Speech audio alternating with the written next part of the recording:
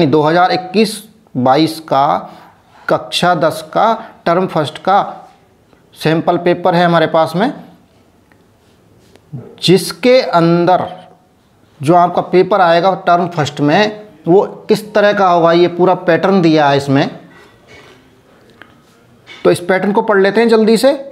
ये देखिए question paper है मैक्सिमम 40 नंबर का, 40 नंबर्स का है। यदि सारे क्वेश्चंस आप सही करते हैं तो आपको 40 नंबर मिलेंगे, उससे ज़्यादा नंबर नहीं मिलेंगे।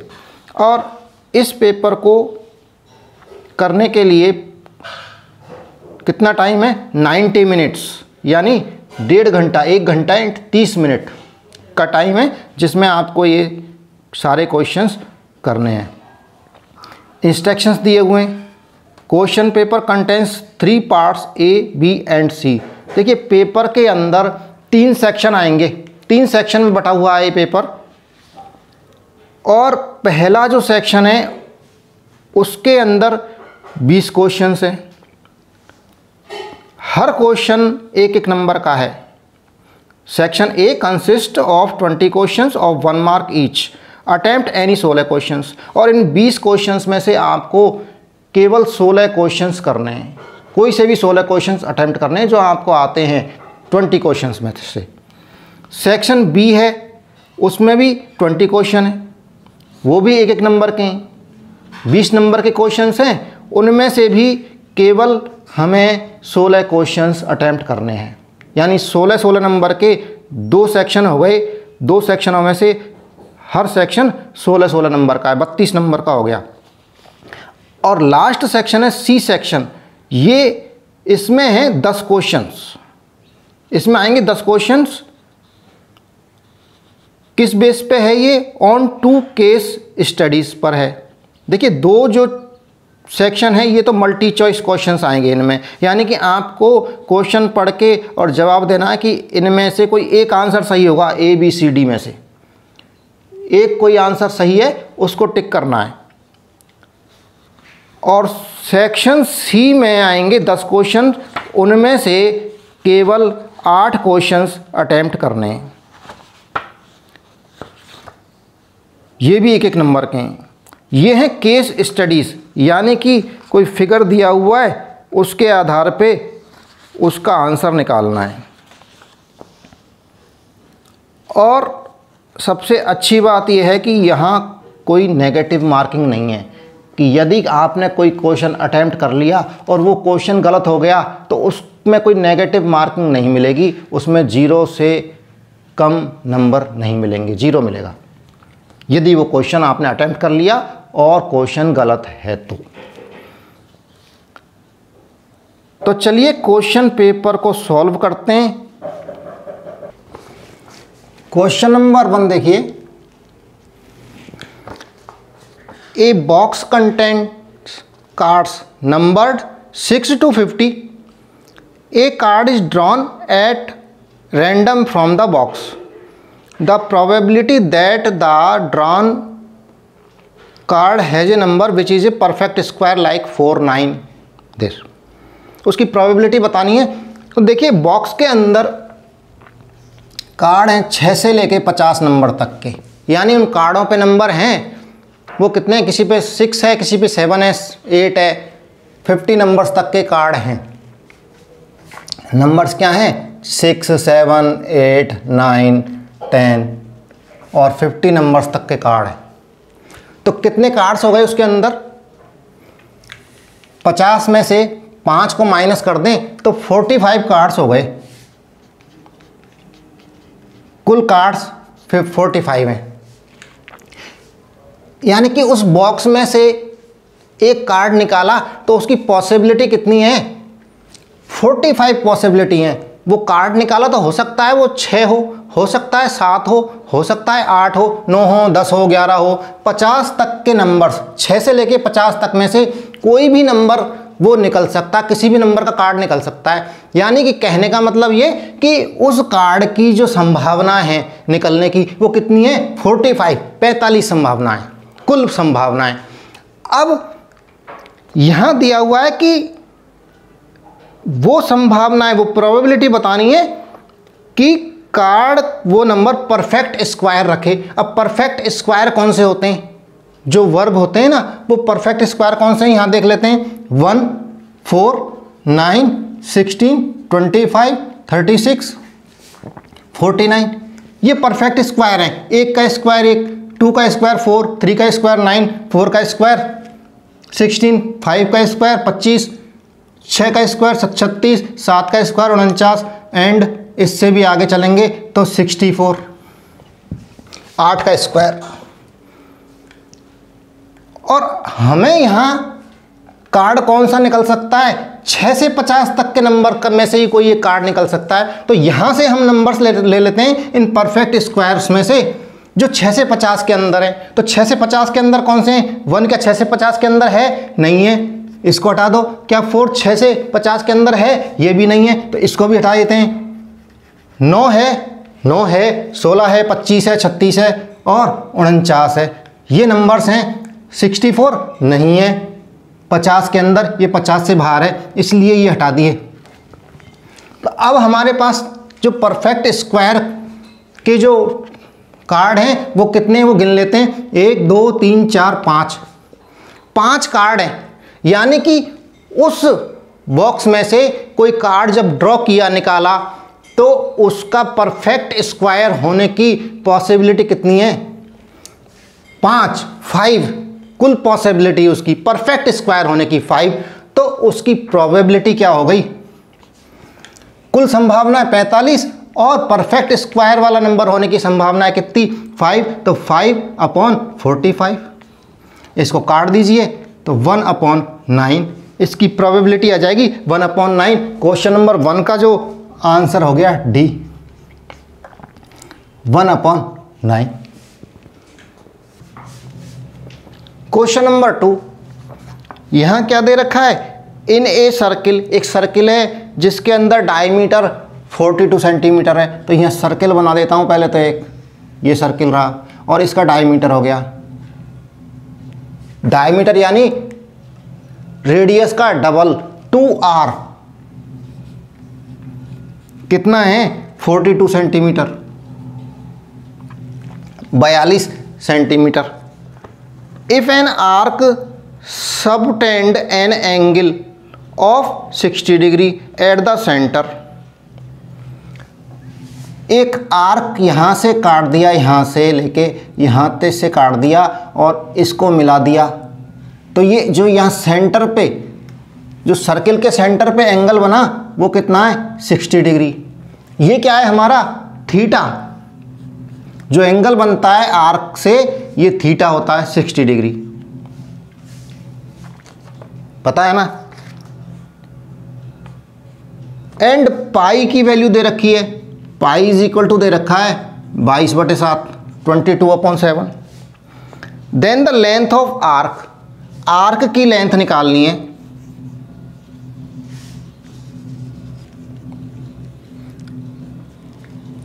इस आर्क की जो ये चाप है इसकी क्या लंबाई आएगी, इसका फॉर्मूला है, क्या फॉर्मूला है, theta upon 360 degree into 2πr। Formula कैसे निकालते हैं ये मेरा अलग से वीडियो देखना इस चैप्टर का, वहां आपको पता लग जाएगा।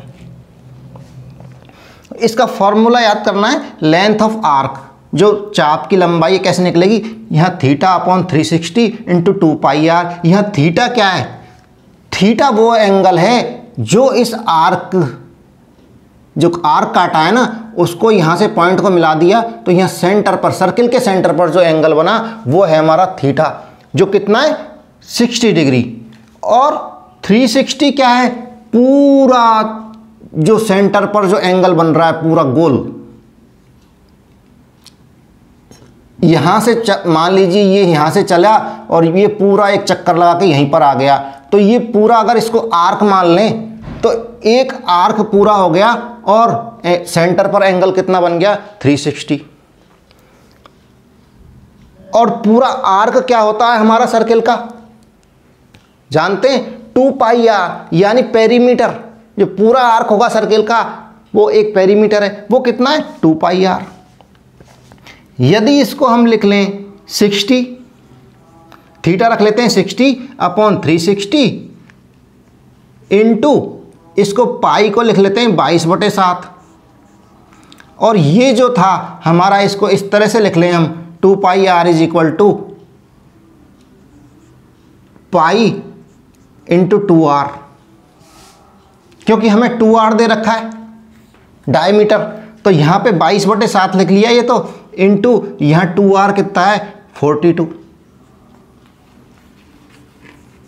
कितना आ गया, इसको 7 से 42 कट गया 6 बार, एंड यहाँ से ये कट गया 6 बार, तो कितना आ गया, और 6 से 6 कट गया, तो यहाँ क्या बच गया, सब कट पिट के 22 सेंटीमीटर।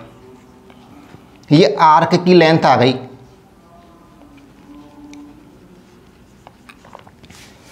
तो यहाँ पर ऑप्शन हो गया हमारा 22 सेंटीमीटर, सी हो गया 2 में, सी हो गया 22 centimetre.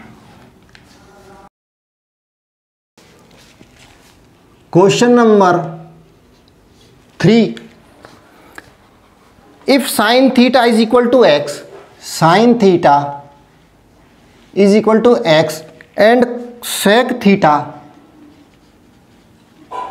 Is equal to y, then हमें निकालना है टेन थीटा।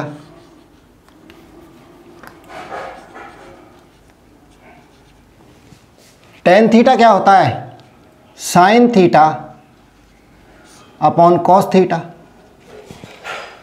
एंड यहाँ देखिए इसको लिख दें sine theta into 1/cos theta, लिख सकते हैं ना, और इसको लिख सकते हैं sine theta into 1/cos theta, क्या हो जाता है सेक थीटा। 1/cos थीटा कितना हो गया, सेक थीटा होता है, और यहाँ हमें साइन थीटा और सेक थीटा के वैल्यू दे रखी हैं, तो यहाँ रख दो साइन थीटा कितना है x और सेक थीटा कितना है y, तो हमारा टेन थीटा कितना आ गया xy। तो क्वेश्चन नंबर 3 का ऑप्शन कौन सा हो गया, ए जो है हमारा xy, ये आंसर हमारा सही है। क्वेश्चन नंबर 4 देख लीजिए, the pair of linear equations y is equal to 0 and y is equal to -5 has, ये सॉल्यूशंस कितने रखती हैं, रखती भी हैं या नहीं रखती। तो हम लिख लेते हैं एक बार, जो लीनियर इक्वेशंस हैं 0 हैं, एक दूसरी है -5। अब देखिए सॉल्यूशंस कौन कौन सी लीनियर इक्वेशन रखती हैं, पहले ये देख लेते हैं। एक तो वो लीनियर इक्वेशंस जो एक दूसरे को इंटरसेक्ट करेंगी कहीं पर, तो ये पॉइंट जो आ गया वो सॉल्यूशन आ गया। दूसरी वो इक्वेशंस जो एक इक्वेशन दूसरी इक्वेशन के ऊपर आ जाए, यानी इसी लाइन के ऊपर दूसरी लाइन खिंच जाए, तो वहां कितने सॉल्यूशंस हो जाएंगे, अनंत इन्फिनिटी सॉल्यूशंस हो जाएंगे, हर पॉइंट पर सॉल्यूशन होंगे वहां पर। और तीसरी पोजीशन क्या है, जब लाइंस, दो इक्वेशंस हैं लीनियर, उनकी जो लाइंस हैं वो एक दूसरे के पैरेलल हों, और जब पैरेलल होंगी तो ये क्या होगा, कहीं मिलेंगी नहीं। जब मिलेंगी ही नहीं, इंटरसेक्ट करेंगी ही नहीं, तो क्या होगा, इनका कोई सॉल्यूशन होगा ही नहीं। तो ये जो हमारी लीनियर पेयर है, ये कौन सा है, ये इसी तरह का है। ये लाइंस क्या है, पैरेलल लाइंस हैं जो कहीं पर नहीं मिलेंगी। देखिए पहली लाइन तो क्या है, जैसे, और इसको क्लियर कर देता हूँ, क्वेश्चन जरूर 1 नंबर का है, लेकिन जो इसको समझना बहुत ज़रूरी है, एक्सप्लेन करना। देखिए ये ग्राफिक्स अगर बना है, मान लीजिए ये 0 हो गया, ये x एक्सिस हो गया, ये y हो गया, और यदि इस पर मैं इन लाइंस को ड्रॉ करूँ, इन इक्वेशंस को ड्रॉ करूँ, तो किस तरह ड्रॉ होंगी, y इज इक्वल टू 0, ये कहाँ होकर निकलेगी, इस 0 से होकर निकलेगी, और सीधे इस x के पैरेलल निकलेगी ये इधर से सीधी। And y is equal to -5 कहाँ से निकलेगी? -5 कहाँ है? 0 के नीचे। y पर चलेंगे तो कहाँ है? ये माइनस का पॉइंट मान लीजिए यहाँ है, तो यहाँ से लाइन निकल जाएगी और सीधी इसके पैरेलल निकलेगी y इज इक्वल टू 0 के। तो ये दोनों लाइंस, दोनों पेयर, ये पेयर है, ये क्या है? पैरेलल है। और जब पैरेलल है तो वो कटेगा नहीं, इंटरसेक्ट एक दूसरे को करेंगी नहीं, और जब इंटरसेक्ट नहीं करेंगी तो उनका कोई सॉल्यूशन नहीं होगा। तो इस क्वेश्चन का 4 नंबर क्वेश्चन का आंसर आएगा डी, नो सॉल्यूशन।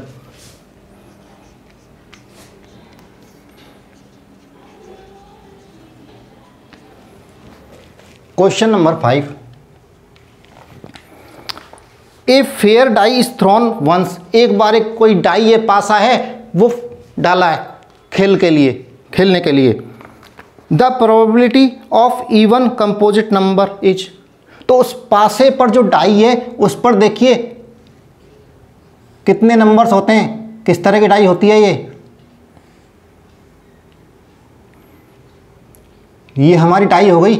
यहाँ पर 1 पॉइंट हो गया, यहाँ 2 हो गए, यहाँ 3 हो गए, यहाँ 4 हो गए, यहाँ 5 हो गए और यहाँ पर 6 हो गए। कितनी हो गई? 1 2 3 4 5 और उधर पीछे की तरफ 6। तो 6 नंबर हैं इस पे फेंकेंगे, या तो 1 आएगा या 2 आएगा, 3 आएगा या 4 आएगा या 6 आएगा। या तो 1 आएगा, 2 आएगा, 3 आएगा, 4 आएगा या 5 आएगा या 6 आएगा। तो कितनी कुल जो आउटकम्स कितने हो गए? कुल जो इसकी प्रोबेबिलिटी है, कुल पॉसिबिलिटी है, प्रोबेबिलिटी नहीं, पॉसिबिलिटी कितनी है? 6। Total possibility is equal to 6 and probability of even composite number. अब यहां आपको पता होना चाहिए कंपोजिट नंबर क्या है। अगर कंपोजिट नंबर पता नहीं है तो ये क्वेश्चन आपका गलत हो जाएगा।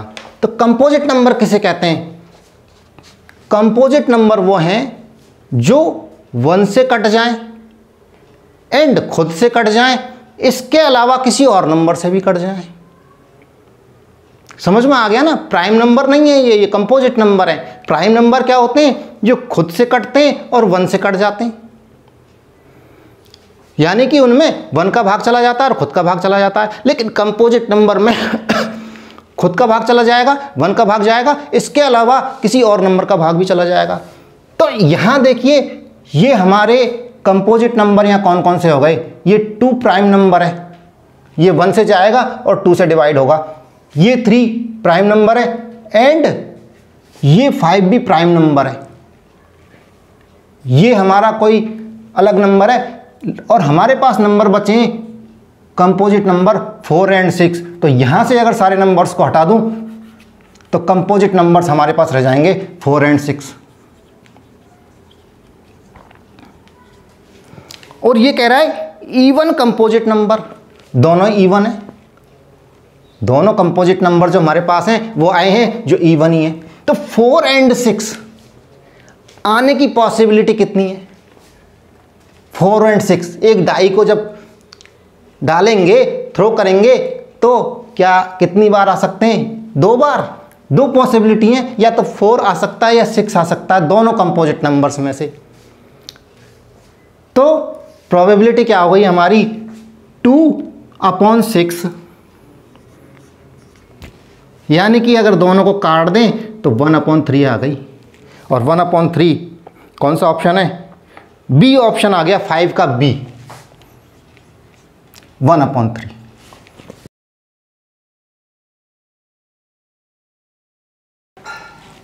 Question number 6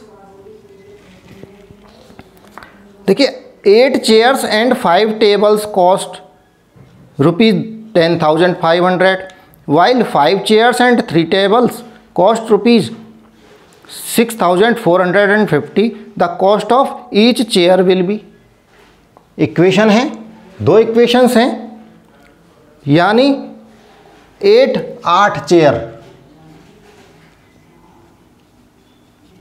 chairs plus 5 tables. 8 तो कुर्सी हैं और 5 हमारी टेबल हैं। कितना है इनकी कॉस्ट? 10,500। इक्वेशन नंबर 1, यानी इसको मान लें x, 8x प्लस 5y, जबकि 5 चेयर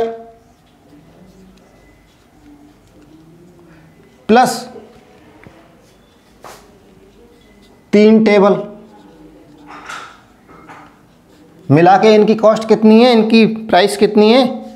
6,450। तो हमें निकालनी है एक चेयर की कॉस्ट। एक चेयर कितने की है? तो ये इक्वेशन हो गई 2।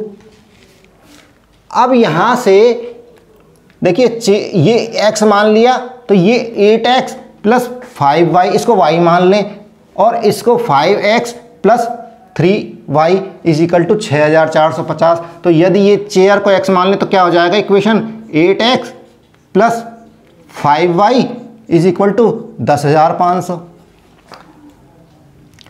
और दूसरी हो जाएगी हमारी 5x plus 3y is equal to 6,450। आ गई इक्वेशंस। अब इक्वेशंस आ गई तो सॉल्व कैसे कर लेंगे? 3 और 4 इनको ऐसी संख्या से मल्टीप्लाई कर देते हैं कि हमारी ये y कट जाए। तो देखिए इसको 3 से मल्टीप्लाई कर दें और इसको 5 से मल्टीप्लाई कर दें तो क्या होगा? ये दोनों बराबर आ जाएंगी और कट जाएंगी। कैसे?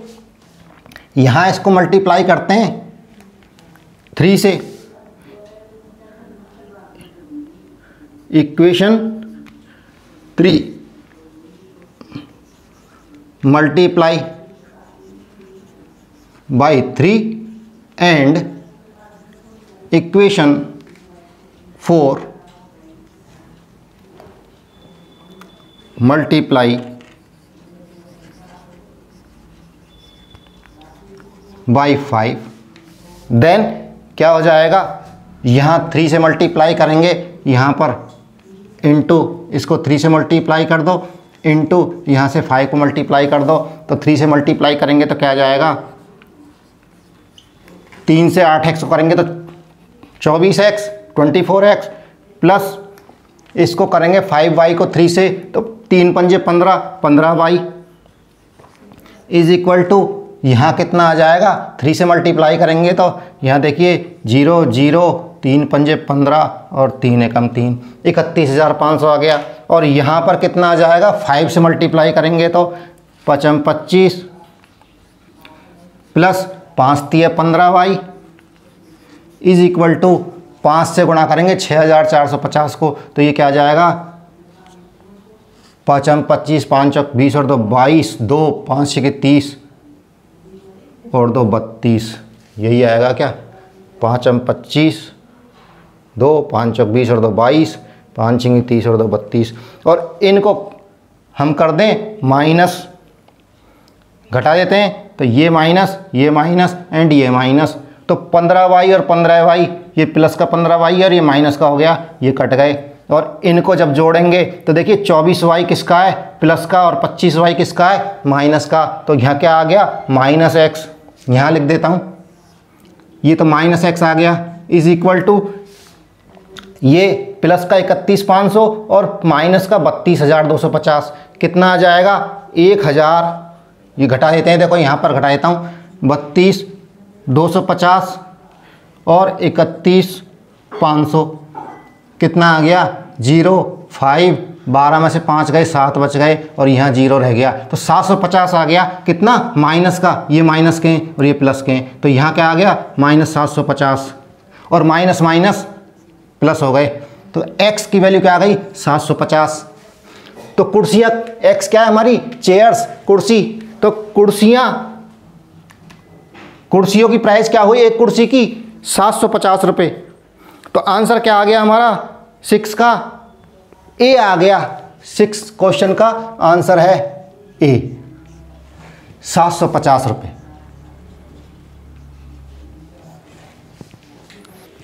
क्वेश्चन नंबर 7, क्या क्वेश्चन है?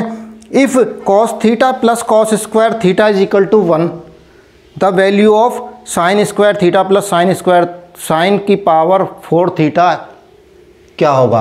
तो यहाँ देखिए cos theta plus cos square theta is equal to 1 है। तो हमें निकालना है sine theta sine square theta plus sine theta का होल पावर 4, इसका निकालना है क्या आएगा। तो यहाँ देखिए यहाँ पर कॉस थीटा की वैल्यू निकाल लेते हैं, is equal to 1 minus cos square theta. Cos square theta को ट्रांसफ़र कर दिया राइट साइड में, तो 1 माइनस कॉस स्क्वायर थीटा हो गया। और 1 माइनस कॉस स्क्वायर थीटा क्या होता है, साइन स्क्वायर थीटा।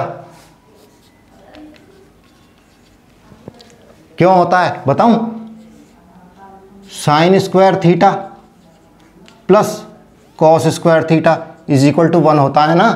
फॉर्मूला याद है कि नहीं, फॉर्मूला याद होने चाहिए ट्रिग्नोमेट्री में।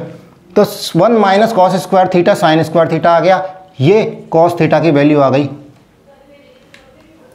यानी साइन स्क्वायर थीटा क्या आ गया, कॉस थीटा, यानी साइन स्क्वायर थीटा। अब यहाँ साइन स्क्वायर थीटा का मान रख दें यदि कॉस थीटा, तो यहाँ रख देते हैं साइन स्क्वायर थीटा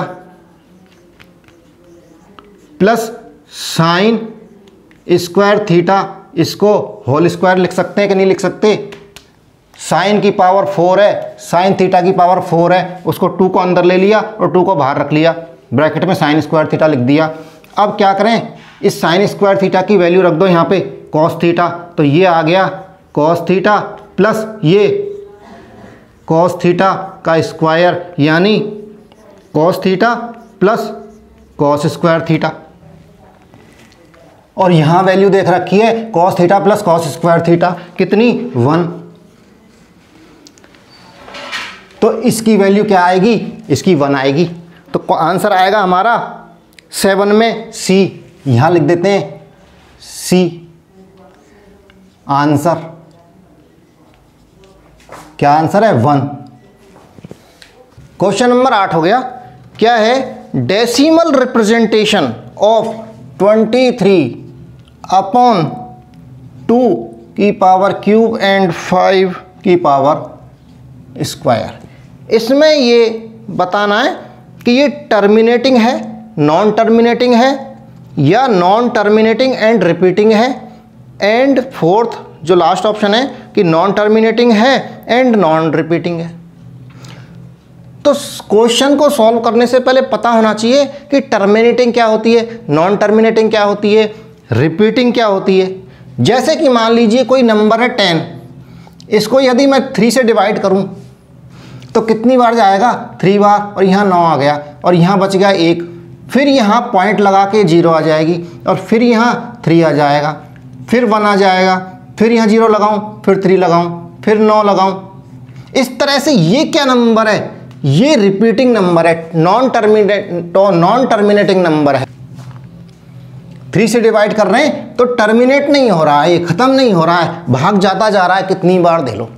तो ये हो गया हमारा नॉन टर्मिनेटिंग एंड रिपीटिंग हो रहा है, रिपीट हो रहा है बार बार नंबर, 3 नंबर है जो रिपीट हो रहा है। ये तो हो गया हमारा नॉन टर्मिनेटिंग। देखिए अब मान लीजिए 10 को डिवाइड कर दें 4 से, तो कितनी बार गया, 2 बार, यहाँ 8 आ गया, 2 बच गया, फिर यहाँ 0 लगा दी, यहाँ पॉइंट लगा दिया, यहाँ 20 आ गया और यहाँ 5 आ गया। इस तरह के जो नंबर्स 10 कट गया पूरा डेसिमल के बाद में, तो यहाँ हो गया ये टर्मिनेट हो गया एक नंबर के बाद में, डेसिमल के बाद एक नंबर पे ही ये टर्मिनेट हो गया। तो इस तरह से क्या बोलते हैं, इसको टर्मिनेटिंग बोलते हैं। तो यहाँ हमें यही बताना है कि ये टर्मिनेटिंग है या नहीं है। तो एक रूल है, सबसे पहला तो काम क्या है, इनको सबको काट दो जितना कट सकता है। तो ये देखिए कट नहीं सकते, 23 प्राइम नंबर है, यहाँ पर किसी से कट नहीं रहा है। तो अब हमको क्या देखना है, इसकी जो बटे की नीचे की जो डेनोमिनेटर हैं वहाँ देखना कि नंबर्स कौन कौन से हैं। यदि हमें 2 मिल जाए, वहाँ पर हमें यदि 2 दिख जाए या 5 दिख जाए या दोनों हो, दोनों से डिवाइड हो रहा हो, या तो 2 से डिवाइड हो रहा हो या 5 से डिवाइड हो रहा हो या 2 और 5 दोनों से डिवाइड हो रहा हो, तो वो नंबर टर्मिनेटिंग नंबर होगा। ये याद करने की नियम है, ये रूल है हमारा। तो यहां देखिए 23 डिवाइड हो रहा है 2 से एंड 5 से, 2 की पावर क्यूब से एंड 5 की पावर स्क्वायर से। तो ये नंबर क्या हो गया, टर्मिनेटिंग नंबर हो गया। तो इसका आंसर आ जाएगा ए।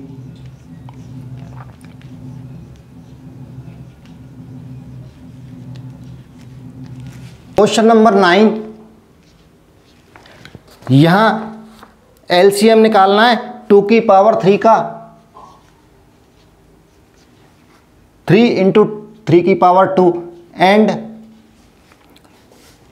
2 की पावर 2 इंटू 3 की पावर 3।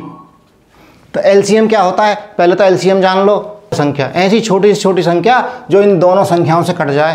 तो ऐसी छोटी से छोटी संख्या कैसे ले सकते हैं, यहाँ देखिए 2 की पावर 2 और 2 की पावर 3। तो इनमें कौन सी संख्या लेंगे जिसमें इन दोनों का भाग चला जाए। तो यहाँ अगर 2 की पावर 2 लेते हैं तो इससे तो चला जाएगा, इसमें भाग इससे चला जाएगा क्या, नहीं जाएगा, क्योंकि ये पावर बड़ा है। तो यहाँ क्या करते हैं, 2 की पावर अगर 3 ले लें तो इससे भी कट जाएगी ये और इससे भी कट जाएगी। तो 2 तो आ गई इंटू, अब बच गई 3 बच गई।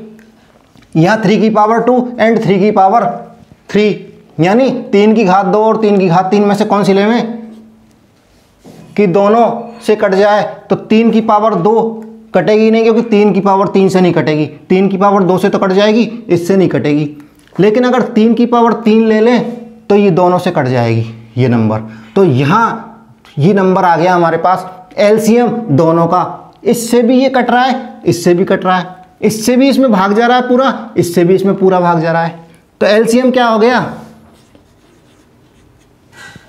इनका, एलसीएम ऑफ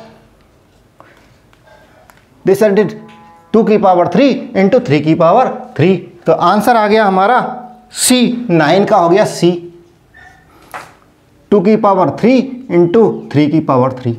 क्वेश्चन नंबर 10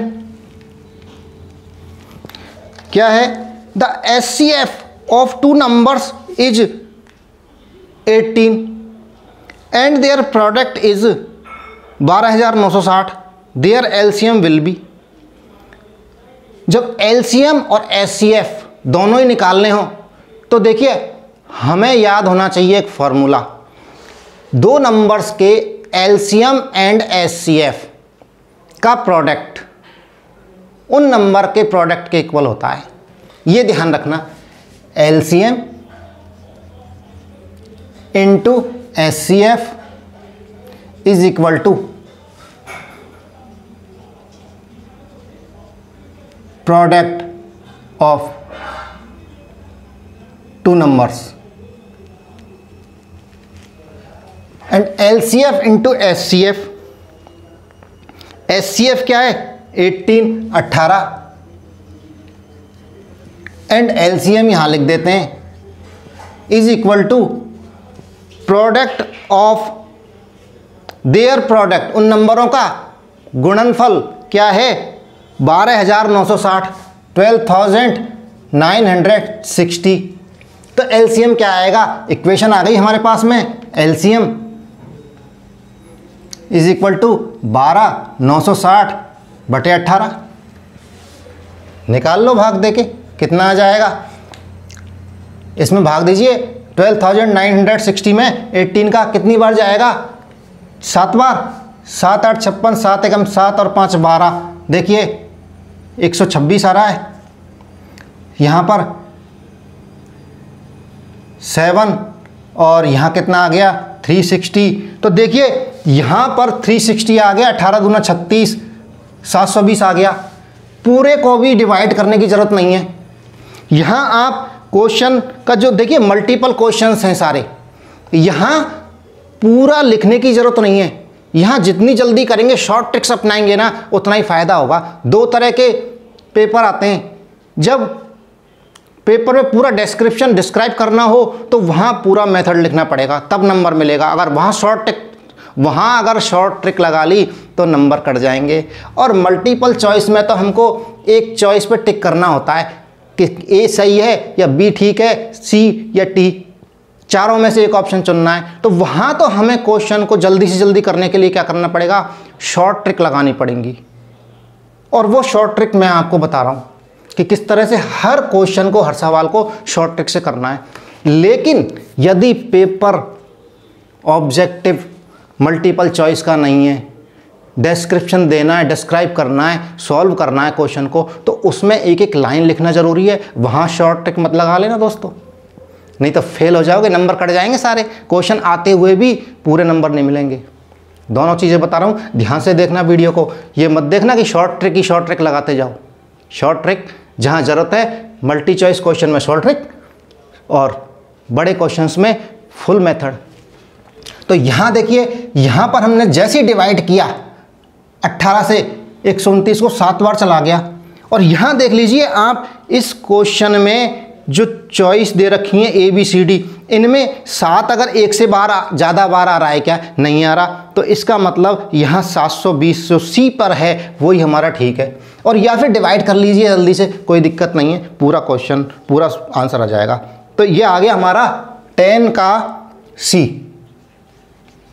720।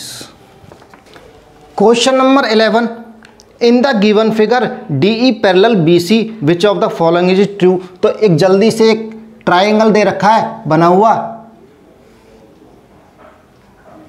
इसमें क्या दे रखा है, ये जो बेस है इस ट्राइंगल का ये पैरेलल है इसके, ये ट्राइंगल का नाम दे देता हूँ A B एंड C, ये हो गया D एंड E।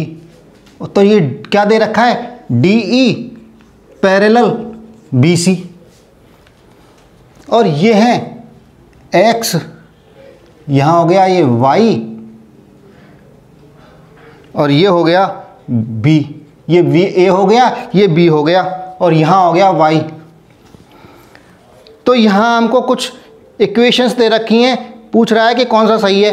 तो हम देखिए यहाँ से ये दो ट्राइंगल हो गए हमारे पास में, ADE and ABC, triangle ADE and triangle ABC। देखिए दोनों ये क्या है, DE पैरेलल BC हैं, और दोनों जो ट्राइंगल हैं वो कॉमन साइड से बने हुए हैं, दोनों की साइडें क्या हैं, कॉमन हैं। तो इस तरह के ट्राइंगल क्या होते हैं, इनमें एंगल्स सेम हो गए दोनों के, और ये एंगल कॉमन हो गया, ये क्या है, सिमिलर ट्राइंगल हो गए। तो triangle ADE similar to triangle ABC। Triangle ये दोनों बराबर नहीं है लेकिन सिमिलर हैं, एक जैसे हैं देखने में। जब एक जैसे हैं तो इनकी जो करस्पॉन्डिंग साइड्स का रेशियो है वो भी इक्वल होगा। तो करस्पॉन्डिंग साइड कौन कौन सी हैं, देखिए ADE की कौन सी साइड है, DE, यहाँ पर लिख दूँ DE, एंड अपॉन BC,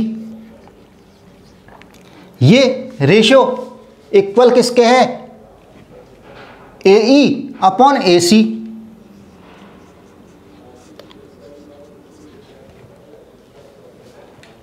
तो DE क्या है हमारा, X, यहां लिख देता हूं, ये है X, अपॉन BC क्या है, Y, is equal to AE क्या है, AE हमारा A है, एंड AC क्या है, A प्लस B। देखिए ये तो AE तो A है और EC हमारा B है, इस EC की साइज क्या है, B है। तो ये पूरा क्या हो गया, A प्लस B। अब हमें यहाँ ये ABCD देख लो कि रिलेशन किस तरह का बना हुआ है। अब यहाँ पर ये देखिए जो थर्ड है C, X को यहाँ रख लीजिए और इस Y को इधर ले जाइए। तो यहाँ क्रॉस मल्टीप्लिकेशन हो जाएगा a y upon a plus b. तो सॉल्यूशन हमारा आ गया 11 में c, x is equal to a y upon a plus b. तो यहाँ लिख देंगे c, x is equal to a y upon a plus b. Question number 12 देख लेते हैं। The coordinates of the point P dividing the line segment joining the points A 1 3 and B दूसरा point है 4 6 internally in the ratio 2 and 1 are। यहाँ देखिए एक line segment है, ये A है, ये B है। A के कोऑर्डिनेट्स क्या हैं?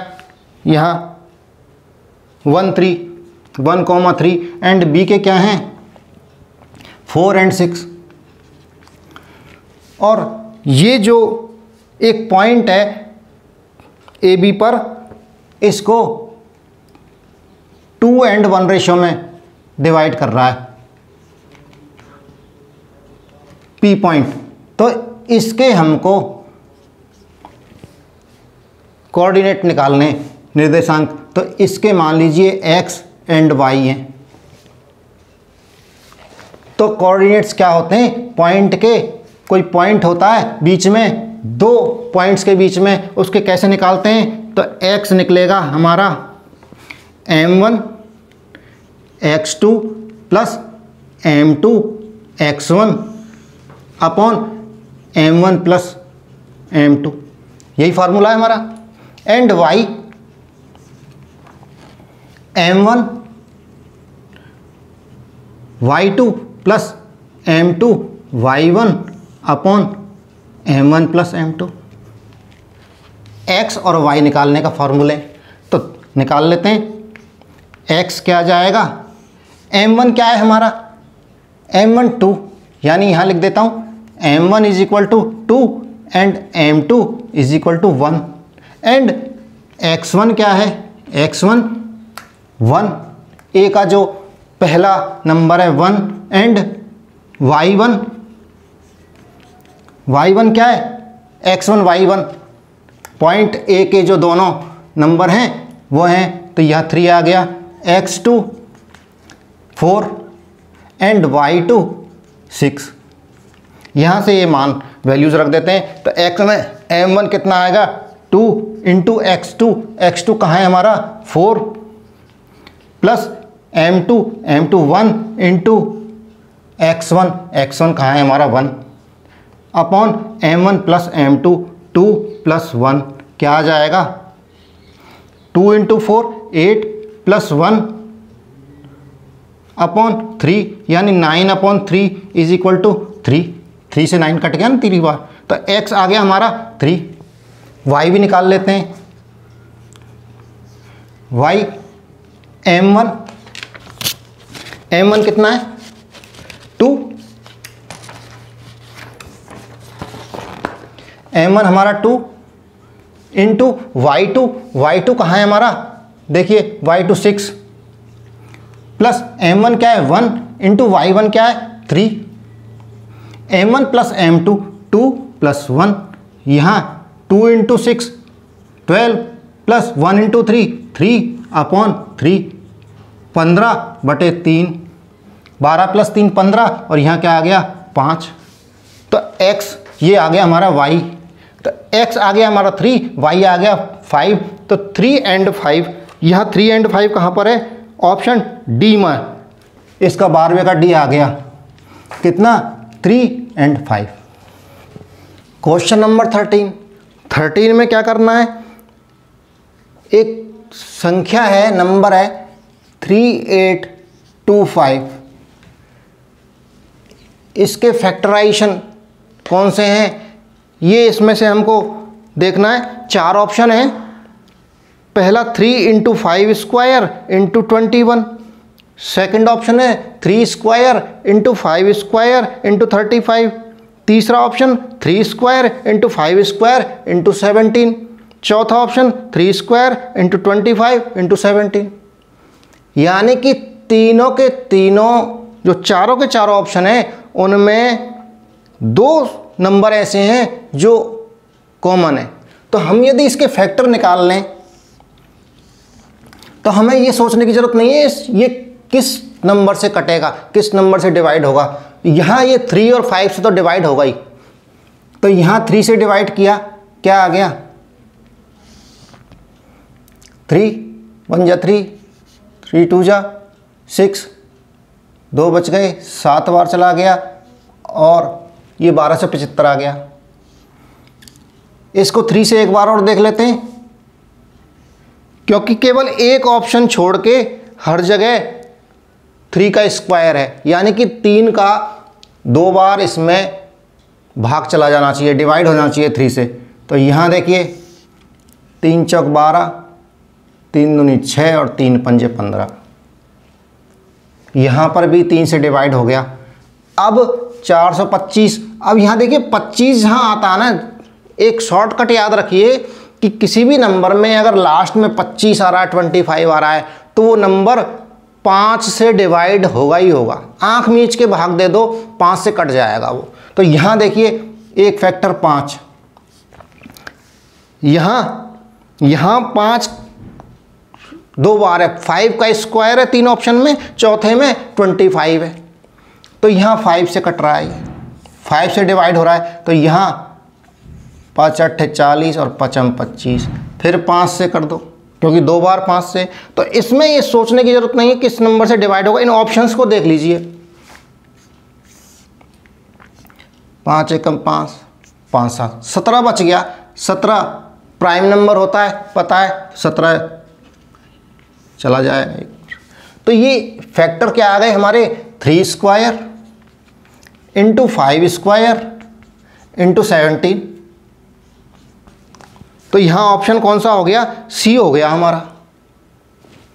यहाँ सी लिख दो, बिना फैक्टर करे भी इसका शॉर्टकट है। आप यहाँ देख लीजिए, चारों ऑप्शंस के अंदर केवल एक ही ऑप्शन ऐसा है जिसमें सारे जो नंबर हैं वो प्राइम नंबर हैं। वो फैक्टराइजेशन जो है ना, उन प्राइम नंबर्स का है एक में ही। क्योंकि फर्स्ट ऑप्शन में 3 और 5 तो प्राइम नंबर हैं, लेकिन 21 प्राइम नंबर नहीं है। 21 डिवाइड हो रहा है, 7 से डिवाइड हो रहा है या 3 से डिवाइड हो रहा है। दूसरा ऑप्शन ये देखिए 21 डिवाइड हो रहा है। दूसरा ऑप्शन है दूसरे ऑप्शन में 3 स्क्वायर इंटू 5 स्क्वायर इंटू 35 है। तो यहाँ 3 और 5 तो प्राइम नंबर हैं, लेकिन 35 प्राइम नंबर नहीं है, क्योंकि 35 किससे कट रहा है, 5 से भी कट रहा है, 7 से भी कट रहा है। तीसरा ऑप्शन केवल एक ऐसा है, 3 5 एंड 17 तीनों प्राइम नंबर हैं। और चौथा ऑप्शन भी देख लो, यहाँ पर भी एक नंबर ऐसा है 3 25 एंड 17। यहाँ 25 एक ऐसा नंबर है जो डिवाइड हो रहा है 5 से।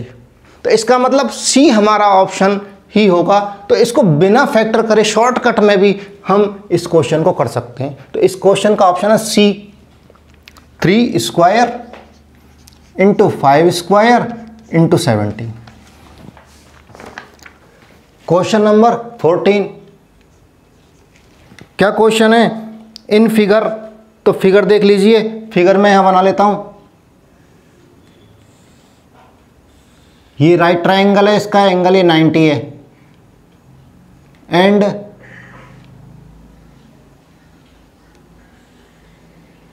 एक ये राइट ट्रायंगल है, यहाँ ये एंगल 90 है और ये थीटा है, और इसका ये ए हो गया, बी सी एंड डी। और यहाँ हमको क्या क्या गिवन है, A D is equal to 4 centimetre. A D लिख लेते हैं यहाँ 4, बी डी क्या है 3 सेंटीमीटर, एंड सी बी क्या है हमारा 12 सेंटीमीटर। तो हमें कॉट थीटा निकालना है, और कॉट थीटा क्या होता है ये हमारे लिए जानना जरूरी है।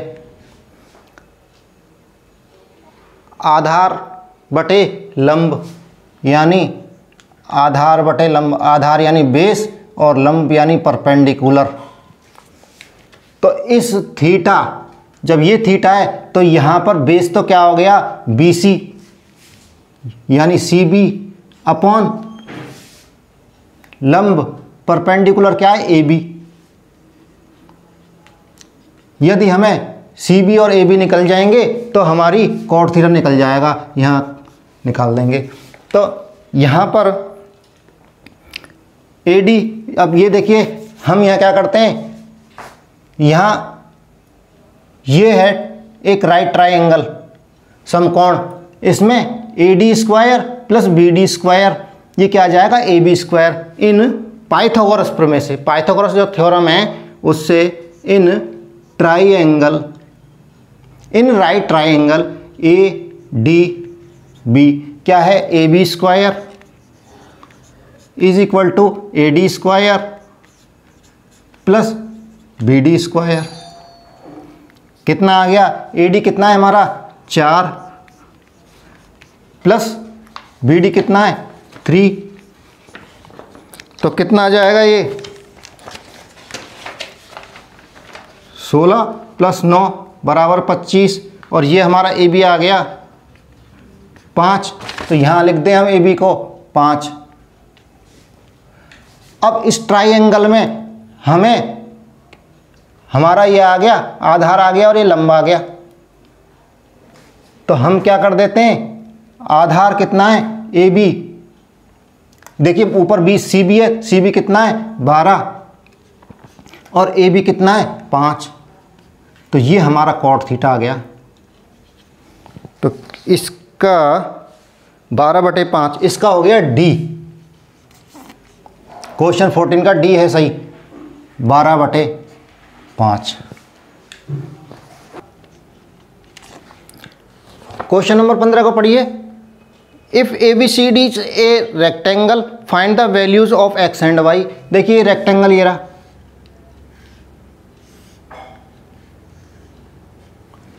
और यहां क्या है, A B C D, A B कितनी है 12 और यहाँ x प्लस वाई कितना है, सी डी कितनी है x प्लस वाई, और ए बी कितनी है 12 एंड बी सी कितनी है 8 और ए डी कितनी है x माइनस वाई। रेक्टेंगल में सबकी अलग अलग साइज दे रखी हैं, जबकि हमको पता है कि रेक्टेंगल में आमने सामने की साइडें वो बराबर होती हैं, तो बराबर कर देते हैं x plus y is equal to 12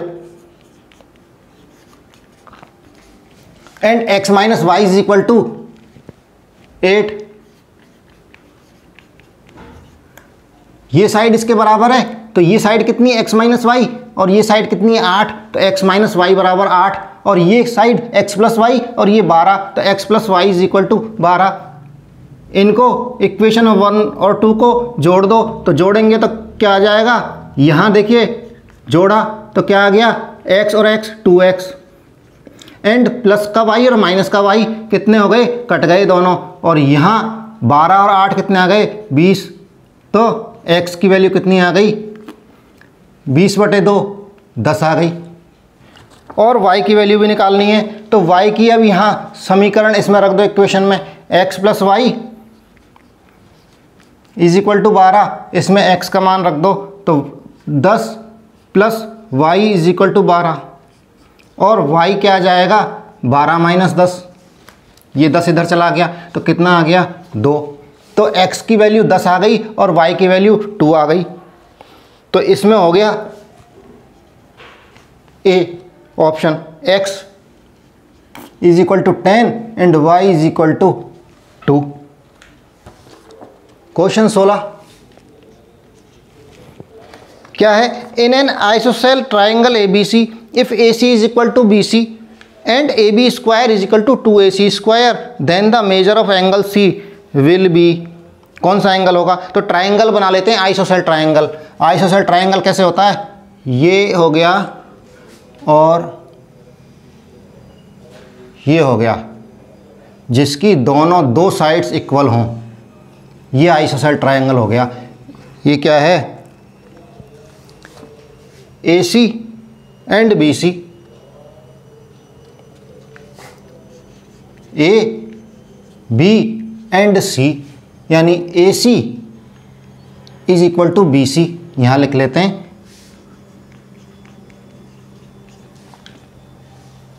and A B square is equal to A C, 2ac square. Then the measure of angle C, इस एंगल की साइज बतानी कितना है ये।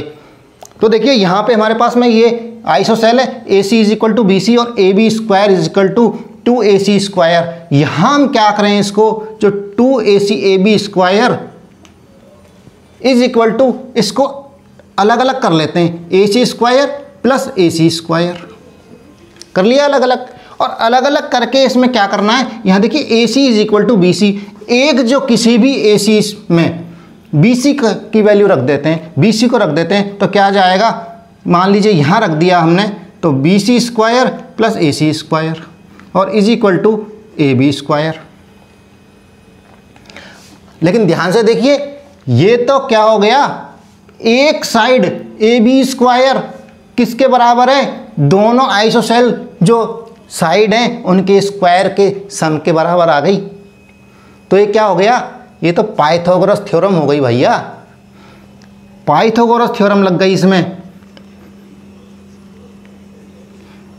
और पाइथागोरस थ्योरम कहाँ लगती है, राइट एंगल ट्राइंगल में। राइट जो ट्राइंगल होता है जिसमें एक जो एंगल है वो 90 डिग्री होता है, वहां लगता है। तो यहां देखिए ए बी तो क्या हो गया हमारा, हाइपोटेनस हो गया, एंड ये दोनों दूसरी अदर साइड हो गई। और इसके सामने वाला जो एंगल है वो क्या हो गया, 90 डिग्री। और हमसे क्या पूछ रहा है, एंगल सी तो पूछ रहा है, तो हमारा सी आ गया 90 डिग्री। तो क्वेश्चन का 16 का जो आंसर है वो क्या है, डी, 90 डिग्री। समझ में आ गया? तो वीडियो को लाइक कर दो और जो चैनल पर नए हैं वो चैनल को सब्सक्राइब जरूर कर लो। क्वेश्चन नंबर 17 को देख लेते हैं। If -1 is a zero of the polynomial px is equal to x square minus 7x minus 8, then the other zero is. तो देखिए पॉलिनोमियल क्या है हमारी, px is equal to x square minus 7x minus 8, और इसका एक zero -1 है तो दूसरा जीरो पूछ रहा है। तो देखिए क्वेश्चंस किस तरह से आ रहे हैं ये देखना है। यहाँ मल्टी चॉइस क्वेश्चंस हैं तो यहाँ शॉर्ट ट्रिक लगानी ही है, और अगर क्वेश्चन को डिटेल्स में बनाना है, डिटेल्स में लिखना है सॉल्यूशन, तो उसको शॉर्ट ट्रिक नहीं लगानी, नहीं तो वहाँ शॉर्ट ट्रिक लगाई तो नंबर कट जाएंगे। लेकिन यहाँ पर हमें शॉर्ट ट्रिक लगानी है क्योंकि 4 विकल्प हैं हमारे पास में, 4 ऑप्शन है ABCD, उनमें से एक पर टिक करना है। तो जल्दी से शॉर्ट ट्रिक भी बन जाए और जल्दी से क्वेश्चन भी सही तरीके से सॉल्व हो जाए, ऐसा काम करना है।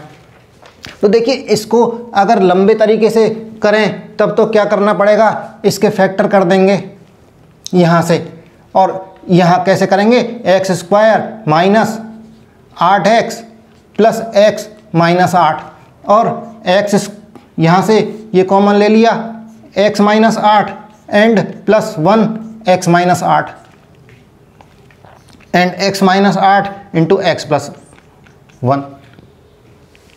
ऐसे ही करना था। जब क्वेश्चन ये आता हमारा पूरा डिटेल में हमको जब सॉल्व करना होता, लेकिन डिटेल में सॉल्व नहीं करना है तो कैसे करेंगे, इसका दूसरा ट्रिक। तो यहाँ हमें पता है कि सम ऑफ जीरोस, किसी पॉलिनोमियल के सम ऑफ जीरोस क्या होते हैं, alpha plus beta is equal to क्या होता है, माइनस बी अपॉन ए होता है ना। तो जब एक जीरो हमारा -1 है, यह मान लीजिए एल्फा -1 है plus beta is equal to minus b upon a, यहाँ बी क्या है देखिए -7, तो यहाँ -7 लिख दिया, और ए क्या है, ए इस एक्स स्क्वायर का कोएफिशिएंट गुणांक क्या है 1, तो यहाँ 1 लिख दो। क्या आ जाएगा, -1 को इधर ले जाऊं, देखिए यहाँ, और इसको माइनस को मल्टीप्लाई करेंगे -7 से, तो यहाँ आ गया 7/1 है तो 7 लिख दिया। एंड बीटा, ये -1 को उधर ले गया मैं यहाँ से, तो कितना आ गया, +1 आ गया। और बीटा क्या आ गया, 8 आ गया, है ना ये शॉर्ट ट्रिक। तो बीटा जो दूसरा 0 है हमारा वो क्या आ जाएगा, 8। तो आंसर हमारा क्या आ जाएगा, कौन सा है, 17 में डी आ जाएगा, 8। इस तरह से मल्टी चॉइस क्वेश्चंस में शॉर्ट ट्रिक लगानी है। क्वेश्चन नंबर 18 देखिए, in a throw of pair of dice the probability of the same number on each die is. देखिए डाइस किसको कहते हैं, जो लूडो सांप सीढ़ी खेलते हैं ना, उसमें डाइस होती है, उसको बोलते हैं, उसकी 6 सरफेस होती हैं, 6 फेस होते हैं उसके, और हर फेस पे नंबर होता है, 1 से लेके 6 तक के नंबर होते हैं। तो जब एक डाइस को उछालेंगे तो कौन सा नंबर आ सकता है, 1 से 6 में से कोई सा भी नंबर आ सकता है, 1 आ सकता है, 2 आ सकता है, 3 आ सकता है, 4 आ सकता है। ये देखिए डाइस हो गई है, इस तरह की डाइस हो गई है। और यहाँ पर ये 1 हो गया, यहाँ ये बिंदु होते हैं ना इस तरह से, ये होते हैं इस तरह के, ये 2 हो गए, यहाँ पे 4 हो गए, यहाँ 5 हो गए, यहाँ पर 6 हो गए, ये डाइस हो गई। इस तरह की 2 डाइस हैं, ये 2 डाइस हो गई।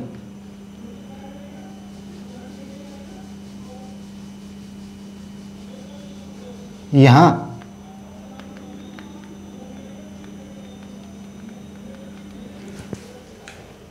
तो एक डाइस को फेंकते हैं तो कितनी संभावनाएं हैं, 6 संभावनाएं हैं। और जब 2 डाइस को फेंकेंगे तो कितनी संभावनाएं, क्या डबल हो जाएंगी, 12? नहीं, मल्टीप्लाई हो जाएंगी। क्योंकि जब एक डाइस पर एक नंबर रखें तो कितने, 6 बार, और जब 2 नंबरों को करें तो 12 बार, और इस तरह से 6 × 6 संभावनाएं। टोटल जो संभावनाएं हैं वो क्या है, 36 संभावनाएं हो गई कुल, 2 डाइस को एक साथ उछालते हैं तो। क्योंकि या तो दोनों पे एक सा नंबर आ सकता है, एक नंबर आ गया, या 2 नंबर आ गए, या 3 नंबर आ गए, या एक पर 1 आ गया, एक पे 6 आ गया, एक पे 2 आ गया, एक पे 5 आ गया, एक पे 3 आ गया, दूसरे पे 3 आ गया, एक पे 4 आ गया, दूसरे पे 6 आ गया। इस तरह से नंबर्स आ सकते हैं। इस तरह के 36 बार, 36 पॉसिबिलिटी हैं, 36 तरह के नंबर आ सकते हैं। नंबर 1। अब यहाँ हमें बताना है क्वेश्चन नंबर 16, यह है क्वेश्चन नंबर 18। प्रोबेबिलिटी बतानी है same number on each die, यानी अगर दोनों डाइस को उछालते हैं तो या तो दोनों पे 1 नंबर आ जाए, या 2 नंबर आ जाए, या 3 आ जाए, या 4 आ जाए, या 5 आ जाए, या 6 आ जाए। यही ऐसे नंबर हैं जो सेम आ सकते हैं, बाकी तो सब अलग अलग आएंगे। तो देखिए कितनी संभावनाएं हो गई, 1 2 3 4 5 6, 6 संभावनाएं हैं सेम नंबर आने की, दोनों डाइसों में 1 से नंबर आने की। तो 6/36 कर दें, प्रोबेबिलिटी कितनी हो गई, सेम नंबर आने की प्रोबेबिलिटी बतानी है। तो 6/36 कितना आ गया, 6 से 36 को काट दिया तो 1/6 आ गया। तो आंसर हो गया 1/6, 1/6। 18 का हो गया ए, 1/6। Question number 19, the midpoint of 3p, 4 and -2q is 26. Find the value of p plus q. तो देखिए 2 पॉइंट हैं, 3p, 4 and -2, 2q, और इनका मिड पॉइंट क्या है,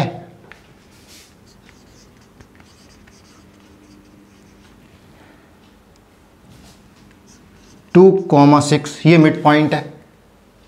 तो ये ए हो गया, मान लीजिए बी हो गया, और इसको पी मान लें। तो हमें पी प्लस क्यू निकालना है। तो देखिए रिलेशन क्या होता है, मिड पॉइंट कैसे निकालते हैं, x1 plus x2 upon 2, x1 plus x2 upon 2 and y1 plus y2 upon 2। ये मिड पॉइंट आ गया ए और बी का। ये कितना है, देखिए यहाँ पर x1 कितना 3p प्लस x2 कितना है -2 अपॉन 2। ये मिड पॉइंट आ गया x1 प्लस x2 का। ए और बी का मिड पॉइंट आ गया p, यानी 2, x कोऑर्डिनेट आ गया 2, इसको रख देते हैं 2 के इक्वल। समझ में आ गया ना, this point x1 plus x2 upon 2, ये मिड पॉइंट का कोऑर्डिनेट है x, यानी कि 2 के इक्वल है। तो एक तो ये आ गया, इसको सॉल्व कर लें पहले। तो देखिए कैसे करेंगे, 3p, ये प्लस जब इसको खोलूंगा तो ये -2 हो जाएगा, और इसको 2 को इधर ले जाऊं तो यहाँ 4 हो गया। कितना आ गया, 3p is equal to 4 plus 2 is equal to 6 आ गया। और यहाँ p लिख दूंगा, p कितना आ जाएगा 6/3, 6/3 आ गया, और ये आ गया 2 आ गया p की वैल्यू आ गई 2। समझ में आ गया ना, 3p minus 2 is equal to 4, 3p is equal to 2 इधर चला गया, 4 प्लस 2, और 4 प्लस 2 आ गया हमारा 6, और 3p इज इक्वल टू 6 हो गया। और यहाँ देखिए मैंने क्या किया था, 3p माइनस 2 हो गया, और ये 2 को मैं इधर ले गया था, इसको मल्टीप्लाई कर दिया 2 से, क्रॉस मल्टीप्लिकेशन करके। तो ये आ गई p2, और and q y1 plus y2 upon 2, y1 plus y2 upon 2 is equal to, ये किसके बराबर है 6 के। तो यहाँ पर यहाँ लिख देता हूँ, ये तो आ गया हमारा p इज इक्वल टू, तो आ गया हमारा 2, और y1 प्लस y2, y1 क्या है हमारा 4 प्लस y2 क्या है 2q अपॉन 2, ये किसके बराबर है 6 के, मिड पॉइंट है ये p, तो ये 6 हो गया। और यहाँ इसको सॉल्व करेंगे तो 4 plus 2q is equal to, ये 2 चला जाएगा उधर, क्रॉस मल्टीप्लिकेशन हो जाएगा, तो क्या आ जाएगा 6 दूनी 12, 2 छिक्की 12, 2 इंटू 6 12 आ गया। और यहाँ से 4 को ट्रांसफ़र कर दें, ट्रांसपोज कर दें इक्वल के राइट में, तो क्या जाएगा 2q is equal to 12 minus 4, कितना आ गया 8, और q क्या आ जाएगा 8/4, 8/2 4 आ गया। यहाँ q आ गया 4, जब p की वैल्यू 2 आ गई, q की वैल्यू 4 आ गई, तो p प्लस q कितना आ गया 2 प्लस 4 6 आ गया, और हमारा आंसर 6 हो गया। और ये 19 में बी हो गया ये 6। क्वेश्चन नंबर 20, क्या क्वेश्चन है, डेसिमल एक्सपेंशन। डेसिमल एक्सपेंशन क्या होता है, डेसिमल के बाद में जो नंबर्स आ रहे हैं वो कितने आ रहे हैं, टर्मिनेटिंग है नॉन टर्मिनेटिंग है। तो decimal expansion of 147/120 will terminate after how many places of decimals, कितने प्लेस पे जाकर ये टर्मिनेट होगा ये बताना है। तो यहाँ सबसे पहले इस नंबर को हम, सबसे पहला नियम है कि इनको काटना, तब जाके ही क्वेश्चन सॉल्व होगा, सही आंसर तभी आएगा। तो इसको काट देते हैं हम, किससे कट रहा है ये 3 से कट रहा है, तो 3 चौका 12 और 3 आम 27, और ये 40, यानी कि 49/40। और 40 का इसको डिवाइड कर दें 40 से, तो कितना आ जाएगा, देखिए 49 भाग 40, एक बार चला गया 40 आ गया, 9 आ गया, फिर 9 में भाग नहीं जा रहा 40 का, तो यहाँ 0 लगाई और यहाँ 1 पॉइंट आ गया। 2 बार चला गया 80 आ गया, यहाँ पर फिर भाग नहीं जा रहा, फिर 0 लगाई, तो कितनी बार चला गया 40 दूना 80,